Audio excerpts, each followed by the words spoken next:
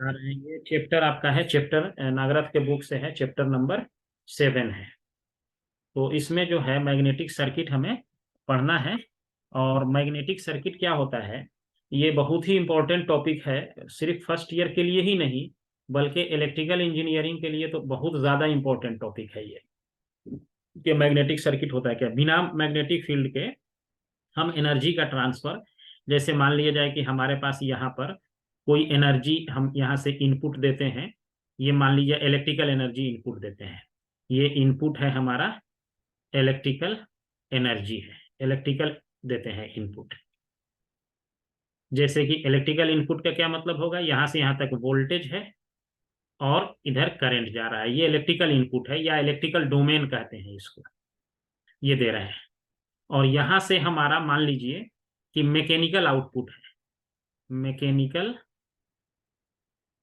Output है, OP, ये output हो गया। मैकेनिकल आउटपुट का मतलब क्या होगा, स्पीड हो गया, टॉर्क हो गया, टॉर्क मैकेनिकल भी होता है और इलेक्ट्रिकल भी होता है। तो ये हमारा आउटपुट है। तो यहाँ इलेक्ट्रिकल एनर्जी कन्वर्ट हुआ है मैकेनिकल एनर्जी में। तो ये कन्वर्जन तभी पॉसिबल है जब इस बीच में ये मैग्नेटिक मीडियम से होके ये जाए, मैग्नेटिक सर्किट ये बीच में रहे, तभी इलेक्ट्रिकल एनर्जी का कन्वर्जन मैकेनिकल में होगा। या इलेक्ट्रिकल एनर्जी का इलेक्ट्रिकल से भी कन्वर्जन अगर हम करना चाहते हैं, जैसे कि आगे पढ़ेंगे, इलेक्ट्रिकल का इलेक्ट्रिकल में भी ट्रांसफर कन्वर्जन होता है एनर्जी का, इलेक्ट्रिकल से इलेक्ट्रिकल में, यहाँ इनपुट भी हम इलेक्ट्रिकल दें, इनपुट, और आउटपुट में भी क्या करें, हम इलेक्ट्रिकल ही लें। ये केस होता है ट्रांसफार्मर का, ट्रांसफार्मर में इलेक्ट्रिकल एनर्जी इनपुट देते हैं और आउटपुट भी इलेक्ट्रिकल लेते हैं, ये भी हमारा मैग्नेटिक डोमेन से होके जाता है, यानी कि मैग्नेटिक फ्लक्स या बी जो है मैग्नेटिक फ्लक्स डेंसिटी, ये भी इसी मीडियम से जाएगा। तो ये इलेक्ट्रिकल एनर्जी इनपुट दिए, मैकेनिकल आउटपुट मिला, तो इस तरह के एक्शन को हम लोग कहते हैं मोटर वाला एक्शन कहते हैं। जैसे घर में पंखा चलाते हैं, वो मोटर है, इलेक्ट्रिकल एनर्जी इनपुट लेता है और मैकेनिकल में कन्वर्ट करता है। दूसरा और भी होता है हमारे पास कि यहाँ हम मैकेनिकल एनर्जी इनपुट दें, mechanical energy input, mechanical energy दें हम यहाँ पर इनपुट, इनपुट हमारा मैकेनिकल एनर्जी है, और आउटपुट अगर इलेक्ट्रिकल है, इलेक्ट्रिकल का मतलब वोल्टेज एंड करंट है, और मैकेनिकल इनपुट का मतलब क्या है, ये स्पीड है, ओमेगा है एंड टॉर्क है। तो यहां भी हमको मैग्नेटिक डोमेन से जाना पड़ेगा, मैग्नेटिक फील्ड से, तभी ये मैकेनिकल एनर्जी इलेक्ट्रिकल एनर्जी में कन्वर्ट होगा। और इस तरह के एक्शन को हम लोग जनरेटर कहते हैं। जो जनरेटर क्या करता है, इलेक्ट्रिकल एनर्जी में मैकेनिकल एनर्जी को कन्वर्ट करता है, तो उसके लिए भी एक मैग्नेटिक डोमेन चाहिए बीच में। अगर ये मैग्नेटिक डोमेन ना रहे तो इसमें से, ये तीनों में से कोई एक्शन नहीं होगा। मतलब एक फॉर्म से दूसरे फॉर्म में एनर्जी का ट्रांसफर होने के लिए हमको यहाँ पे जो स्टडी करेंगे इलेक्ट्रिकल इंजीनियरिंग में, वो बीच में मैग्नेटिक सर्किट का होना बिल्कुल जरूरी है, एकदम जरूरी है, तभी ये होगा। अब इसमें हम मैग्नेटिक सर्किट को, मैग्नेटिक सर्किट होने का क्या मतलब है, मैग्नेटिक सर्किट का मतलब है कि हमको मैग्नेटिक फ्लक्स से रिलेशन है, फाई फ्लक्स कहेंगे। मैग्नेटिक सर्किट मतलब मैग्नेटिक फ्लक्स। अब मैग्नेटिक फ्लक्स क्रिएट कैसे होता है, ये हमको पता है, मैग्नेटिक फ्लक्स क्रिएट कैसे होता है। जैसे अभी इसको सर्किट को हम थोड़ा नीचे खींच के लाते हैं, ये, तो मैग्नेटिक सर्किट क्रिएट होने का मतलब है कि आपको फ्लक्स क्रिएट करना है। मैग्नेटिक सर्किट का मतलब है मैग्नेटिक फ्लक्स या magnetic lines of force create करना है। तो इसको क्रिएट करने के लिए हमारे पास दो मेथड होता है क्रिएट करने के लिए। एक मेथड है जिसको हम लोग कहते हैं कि एक मैग्नेट ही रख दिया जाए नॉर्थ साउथ पोल का, तो वहां भी मैग्नेटिक फील्ड सेटअप हो जाएगा, तो ये सेटअप हो जाएगा। और दूसरा काम क्या होता है कि हम करंट फ्लो करा के मैग्नेटिक फील्ड प्रोड्यूस करते हैं। जैसे कि ये वाला केस है, ये क्या है कि एक ये मटेरियल है, ये कोई एक मटेरियल है जो कि ये किस फॉर्म में है, सर्कुलर फॉर्म में है, और सर्कुलर फॉर्म में ये है। और इसका क्या है, सर्कुलर फॉर्म में जब ये है, इस पे क्या करते हैं कि एक तार को यहां से लपेट दिया गया है, ये वाइंडिंग है, ऐसे देखिए, ये वाइंडिंग इस तरह से इस पे है, ये वाइंडिंग ऐसे इस पे डला हुआ है, ये वाइंडिंग इस पे डाल दिए हैं इस तरीके से, ये वाइंडिंग डाल के यहां ऐसे कर दिया गया है। और यहां से क्या कर दिया गया है कि इसको वोल्टेज यहां से ये सप्लाई दे दिया गया है, तो यहाँ से करंट जाएगा, क्लोज पाथ हो गया, करंट घूमते हुए ये ऐसे जाएगा, फिर ऐसे घूमते हुए इस तरह से घूमते हुए ये आएगा, यहाँ से करंट फिर बाहर अपना आई निकल जाएगा ये।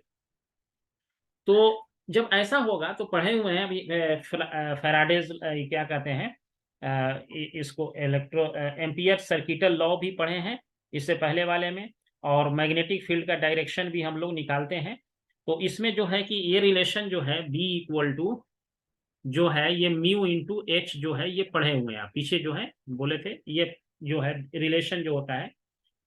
तो इसमें एच क्या है, एच को कहा जाता है magnetic intensity, magnetic field intensity, field intensity, और म्यू कहा जाता है परमिएबिलिटी, परमिएबिलिटी।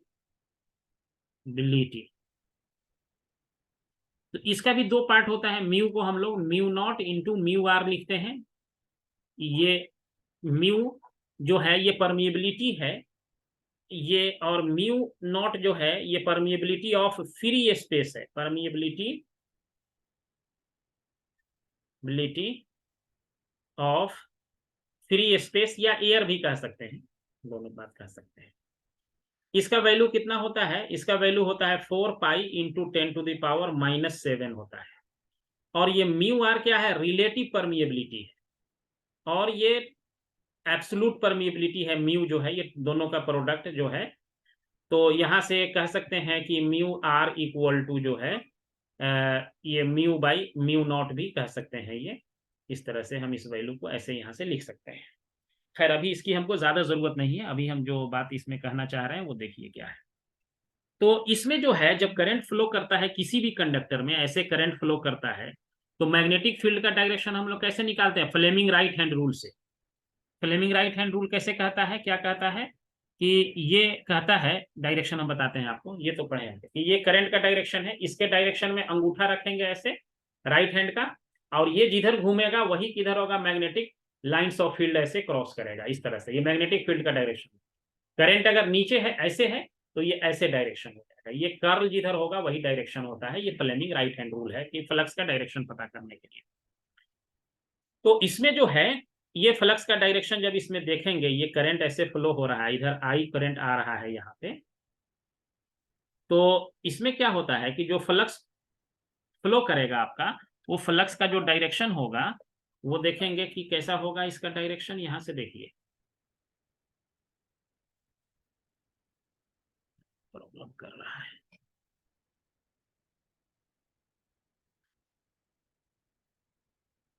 ये आपका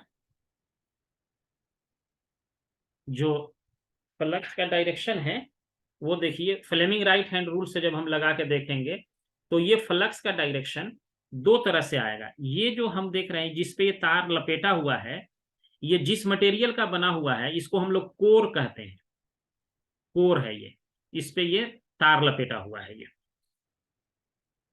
कर रहा है ये, तो ये कोर हो गया जिसपे लगे लपेटा रहता है। एक्चुअली ये मैग्नेटिक कोर है, इनफैक्ट ये मैग्नेटिक, ये कोर कैसा है, मैग्नेटिक है। तो मैग्नेटिक कोर है तो क्या होगा इसमें, जब इसमें करंट फ्लो करेगा तो ये फ्लक्स इस तरह से इसमें गुजरता है, ये इस तरह से ये फ्लक्स का ये पाथ है इस मटेरियल के अंदर। ये क्या हो सकता है कि ये आयरन हो सकता है कि ये एल्युमिनियम हो, ये मैग्नेटिक मटेरियल है।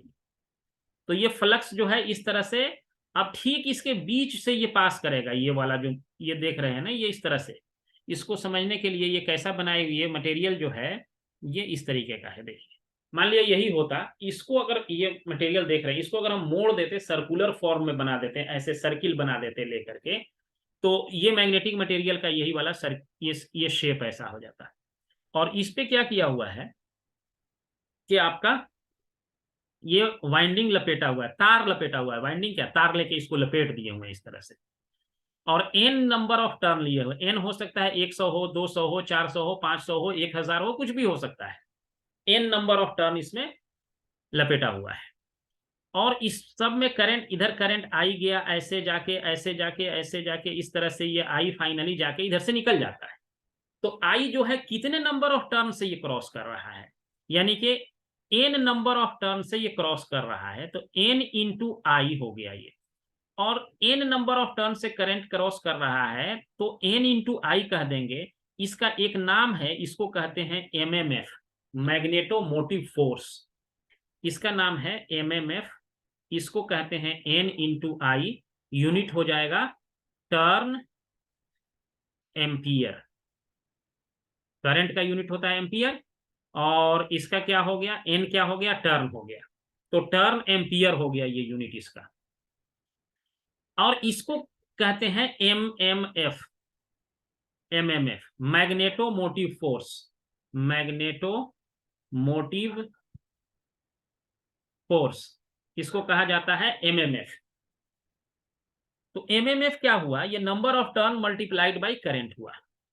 ये एमएमएफ क्या करता है, number of turn multiplied by current, इसका फंक्शन होता है this number of turn multiplied by current, ये रेस्पॉन्सिबल है इस फ्लक्स को यहां से पास कराने के लिए।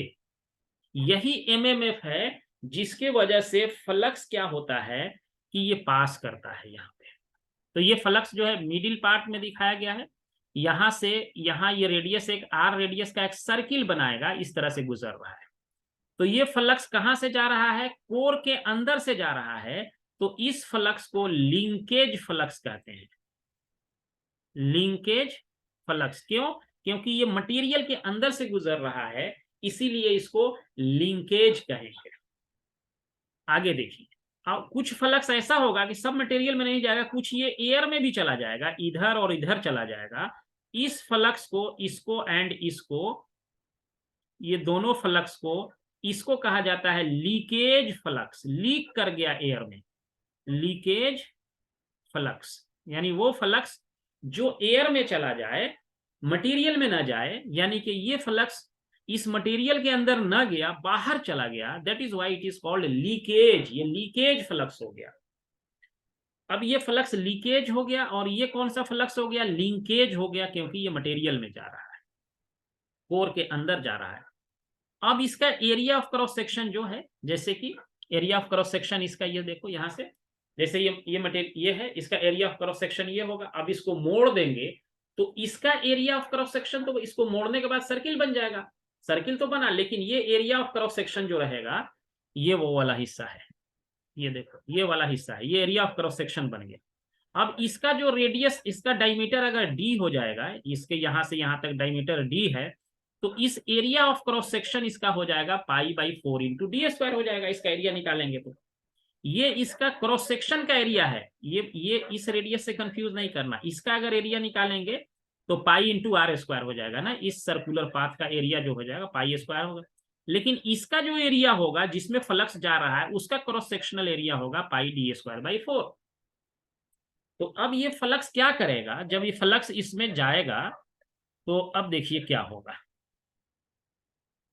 इसको हम थोड़ा और नीचे लाते हैं।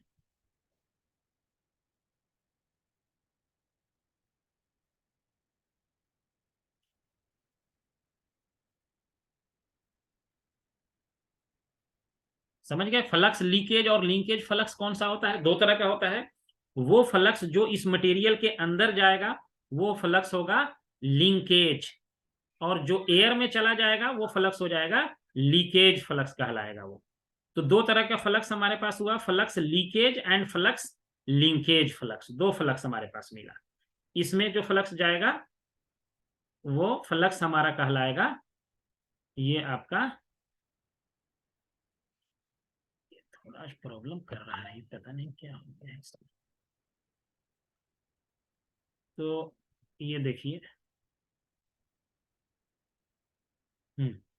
तो ये फ्लक्स हम दो तरह का बात कर लिए, यहाँ पे समझ गए दो तरह का फ्लक्स होता है। इसमें जो मटेरियल में जो फ्लक्स जाएगा इस कोर के अंदर, वो फ्लक्स को हम लोग कहेंगे फ्लक्स लिंकेज, और वो फ्लक्स जो एयर में जाएगा उसको हम लोग कहेंगे फ्लक्स लीकेज कहेंगे उसको। ठीक है, अब देखो इसको हम कैसे, अब इसका क्या रिलेशन होगा। तो एमएमएफ क्या निकला हमको, एमएमएफ इसको कहते हैं magnetomotive force, number of turn multiplied by current को एमएमएफ कहते हैं। और ये एमएमएफ जो है ये बिल्कुल वही है जो हम इलेक्ट्रिक सर्किट में ईएमएफ कहते हैं। ये ईएमएफ जो है एमएमएफ है, ये क्या होता है, ईएमएफ का काम करता है। ईएमएफ इक्वल टू क्या पढ़े इलेक्ट्रिकल सर्किट में, current multiplied by resistance is called EMF, और वोल्टेज यही कहते हैं।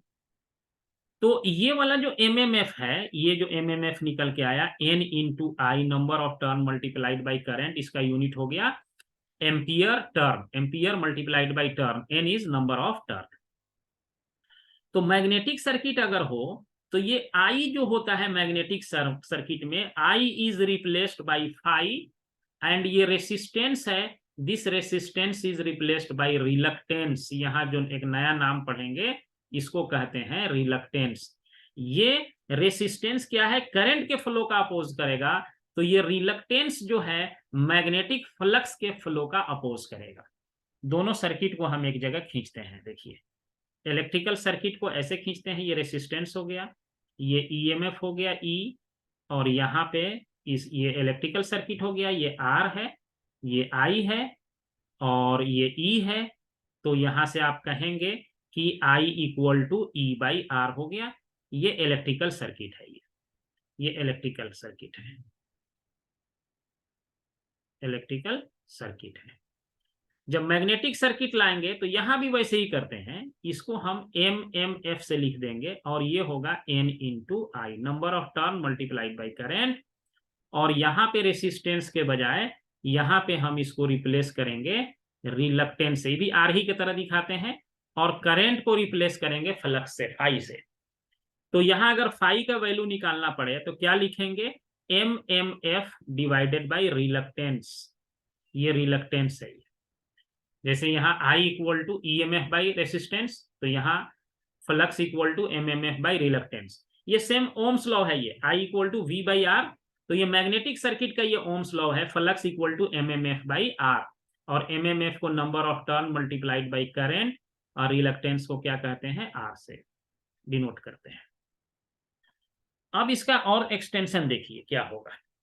इसको जब हम रेसिस्टेंस को जब पढ़ते हैं इलेक्ट्रिकल सर्किट के लिए, तो resistance is rho into L by A, rho into L by area होता है रेसिस्टेंस, ये पढ़े हुए हैं रेसिस्टेंस इलेक्ट्रिकल सर्किट के लिए। ये जब मैग्नेटिक सर्किट का रिलक्टेंस लिखेंगे, रिलक्टेंस ऑफ मैग्नेटिक सर्किट, तो ये आपका क्या होगा, reluctance of the magnetic circuit जो होगा ये हो जाएगा, इसका एक कांस्टेंट यहाँ पे अलग हो जाता है, ये हो जाता है mu not into mu R, writing pad बहुत परेशान कर रहा है, into L by length by area होता है। ये इसको कहते हैं, दोनों में बिल्कुल सिमिलरिटी है, ध्यान रखो। ये mu not into mu R हो गया, और इस फॉर्मूला में जो है हम लोग क्या करते हैं, देखिए रिलक्टेंस हमारा जो निकल के आया, रिलक्टेंस, ये रिलक्टेंस है 1 by mu not into mu R into length divided by cross sectional area A, cross sectional area A हुआ। ये जो टर्मिनोलॉजी है ना, इसमें टर्मिनोलॉजी समझना बहुत जरूरी है, इसका मीनिंग क्या है। तो इसको हम फिर से इस डायग्राम को लाते हैं यहाँ पे, इसको कॉपी करके। तो इस डायग्राम को ये सी, ये आ गया आपका डायग्राम, यहाँ पे देखिए। अब इसको जो है, ये लेंथ जो है, कौन सा लेंथ है, ये बड़ा इंपॉर्टेंट पार्ट है। ये किस लेंथ की बात हो रही है यहाँ पे, ये कौन सा लेंथ है, ये वो लेंथ है जो फ्लक्स जो है इस कोर के अंदर जो डिस्टेंस ट्रेवल किया है, ये वो वाला लेंथ है। ये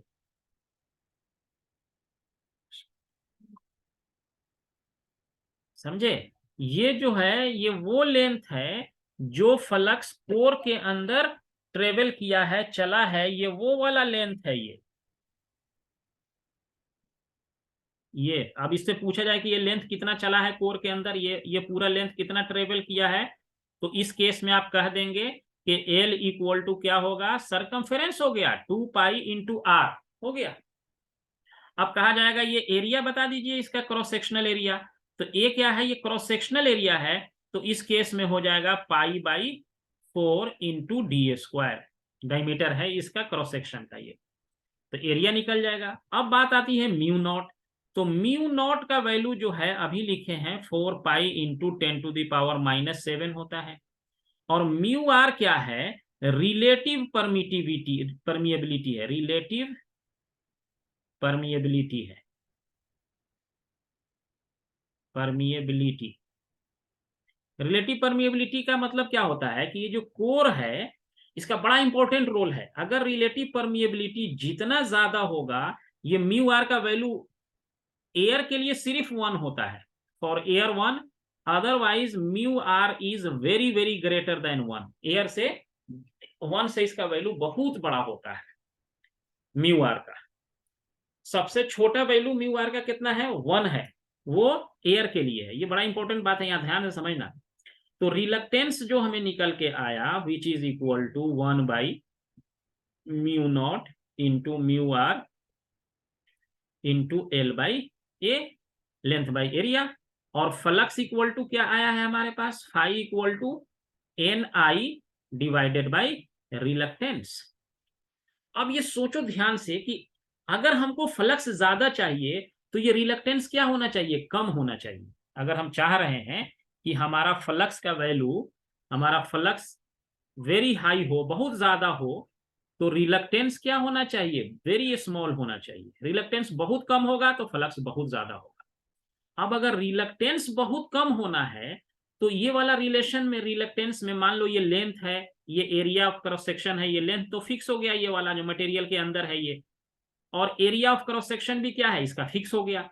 तो अब हम चेंज किसको कर सकते हैं, म्यू नॉट तो चेंज होगा नहीं, क्या चेंज कर सकते हैं, म्यू आर।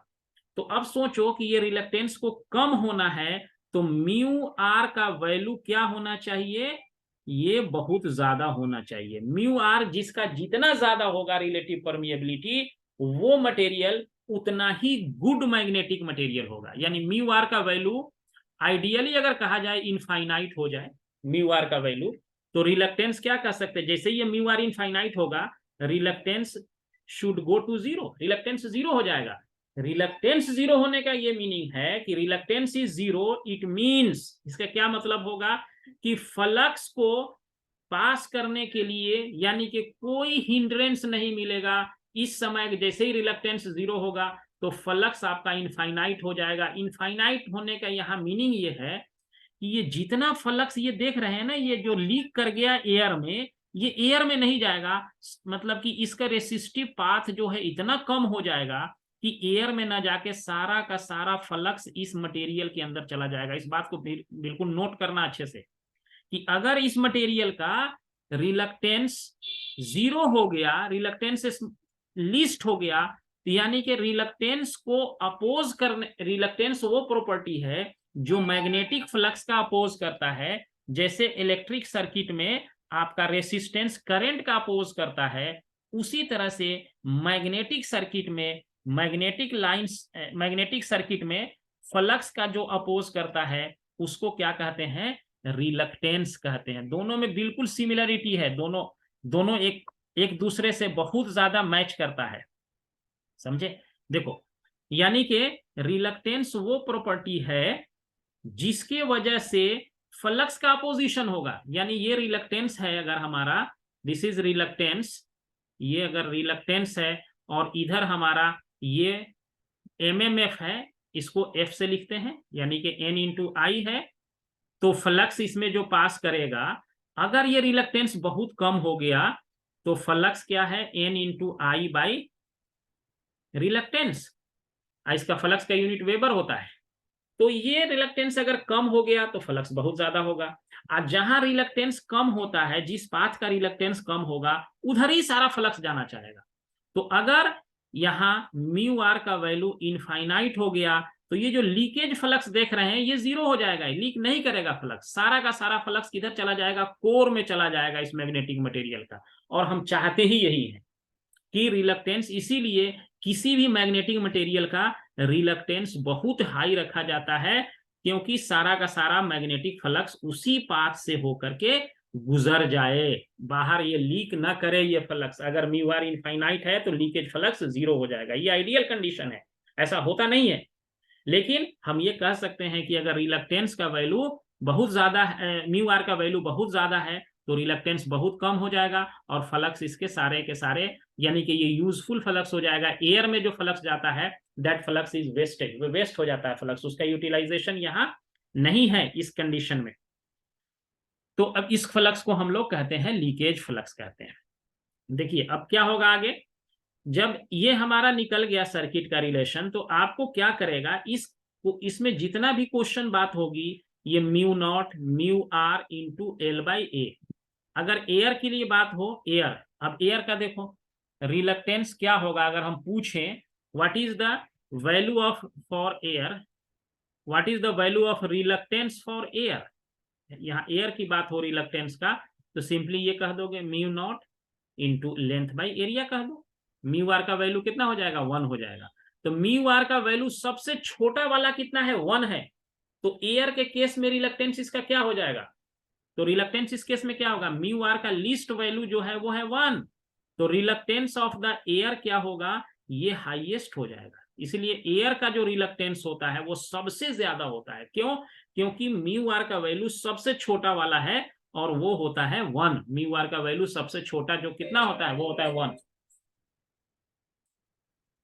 म्यू आर का वैल्यू सबसे छोटा वाला जो है वो होता है 1 होता है। ध्यान से समझना, ये चीज है ये सब। इसीलिए ट्रांसफार्मर का भी कोर बनता है ना, तो उसका रिलेटिव परमिएबिलिटी बहुत हाई रखते हैं। कोई भी मैग्नेटिक मटेरियल अगर किसी को मैग्नेट बनाना है, मान लो कोई भी हमारा आयरन है, रॉड है, मान लो ये हमारा सोलेनोइड है, और इसके अंदर हम एक आयरन रॉड रख दें, अगर इसमें अंदर मैग्नेटिक बनाना है इसको, तो इसका परमिएबिलिटी बहुत हाई होना चाहिए। जितना हाई परमिएबिलिटी होगा उतना जल्दी ये मैग्नेट बन जाएगा, क्योंकि फ्लक्स सारा का सारा फ्लक्स इसके अंदर चला जाएगा, फ्लक्स लीक नहीं करेगा। तो फ्लक्स लीक नहीं करेगा तो ये एक बहुत ही अच्छा मैग्नेटिक मटेरियल बन जाएगा। तो ये रिलेशन आपको एकदम माइंड में रखना है। अब इसी पे बेस करके जितना भी क्वेश्चन आएगा वो आपको इसी के बेसिस पे बनाना है। तो इसका जो है, जैसे कि हम आपको एग्जाम्पल के तौर दे करके इसको समझा देते हैं। रिलक्टेंस निकल गया तो एन आई इंटू 5 बचा, तो इसमें से कोई दो दिया रहेगा, कहेगा तीसरा निकाल के ले आओ। जैसे ये क्वेश्चन है, इसमें क्या कह रहा है देखो, कि यहाँ पे आई करंट फ्लो हो रहा है, एन नंबर ऑफ टर्न है, ये रेक्टेंगुलर कोर है, ये इसका लेंथ यहाँ से यहाँ तक 16 सेंटीमीटर और ये दे रखा है 20 सेंटीमीटर लेंथ दे रखा है। और मैग्नेटिक फ्लक्स जो है ये इस तरीके से ये पाथ दिया है, मीन फ्लक्स पाथ, ये इधर से गुजरता है। देखो इसमें मतलब कोई भी फ्लक्स बाहर नहीं जा रहा है, फ्लक्स लीकेज इसमें नहीं है, और आई करंट जा रहा है। इसमें कह रहा है रेक्टेंगुलर स्लैब, अब इसमें कह रहा है एयर गैप है, यहाँ पे एक छोटा सा एयर गैप है, देखो ये दिख रहा है ना, ये एयर गैप यहाँ पे, ये इसका लेंथ दे रखा है 2 mm दे रखा है, 2 mm का एयर गैप है, 2 mm का एयर गैप दे रखा है। अब इसका जो है क्रॉस सेक्शनल एरिया जो है, ये देखो देख रखा है 4/4, यानी ये इस साइड 4 है, अंदर भी 4 है। इसका मतलब है ये कैसे है, 4/4 होने का मतलब है कि देखो ये वाला लेंथ भी 4 है और ऐसे भी 4 है। ये वाला अगर ऐसे रहे रेक्टेंगुलर, तो ये साइड 4 अंदर का तो नहीं दिखा सकते हैं, और बाहर का ऐसे वाला लेंथ इसमें दिखाया हुआ है। रेक्टेंगुलर एक क्रॉस सेक्शन है ये, तो ये दिया हुआ है इसमें। अब ये इसका एरिया ऑफ क्रॉस सेक्शन दे दिया। अब देखो इसमें कितना रिलक्टेंस बनेगा, एक रिलक्टेंस तो इस कोर का बनेगा, कोर का रिलक्टेंस। दूसरा रिलक्टेंस किसका बनेगा, एयर गैप का बनेगा।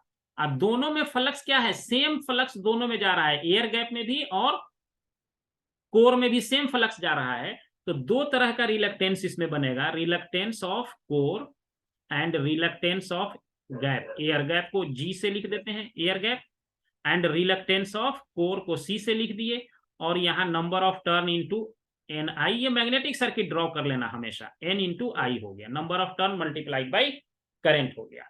अब रिलक्टेंस ऑफ द कोर आपको निकालना पड़ेगा। कोर का देखो क्या करना पड़ेगा, कोर के लिए हमको लेंथ चाहिए, फ्लक्स कितना लेंथ में जा रहा है, तो फ्लक्स का लेंथ तो यही है ना, यहां से यहां तक ये टोटल लेंथ।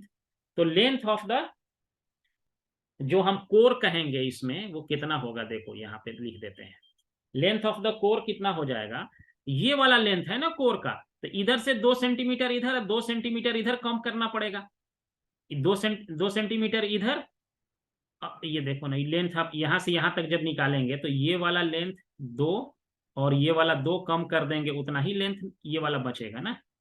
ये उसी तरह ये अपना ज्योमेट्री लगा के निकाल सकते हैं, इसमें कुछ भी नहीं है। तो हम ये लिख देते हैं सिंपली, क्योंकि टाइम अब कम हो गया है। तो 20 माइनस 4 प्लस हो जाएगा 16 माइनस 4, ये 2 से मल्टीप्लाई सिर्फ इसी में नहीं है, पूरे में मल्टीप्लाई है।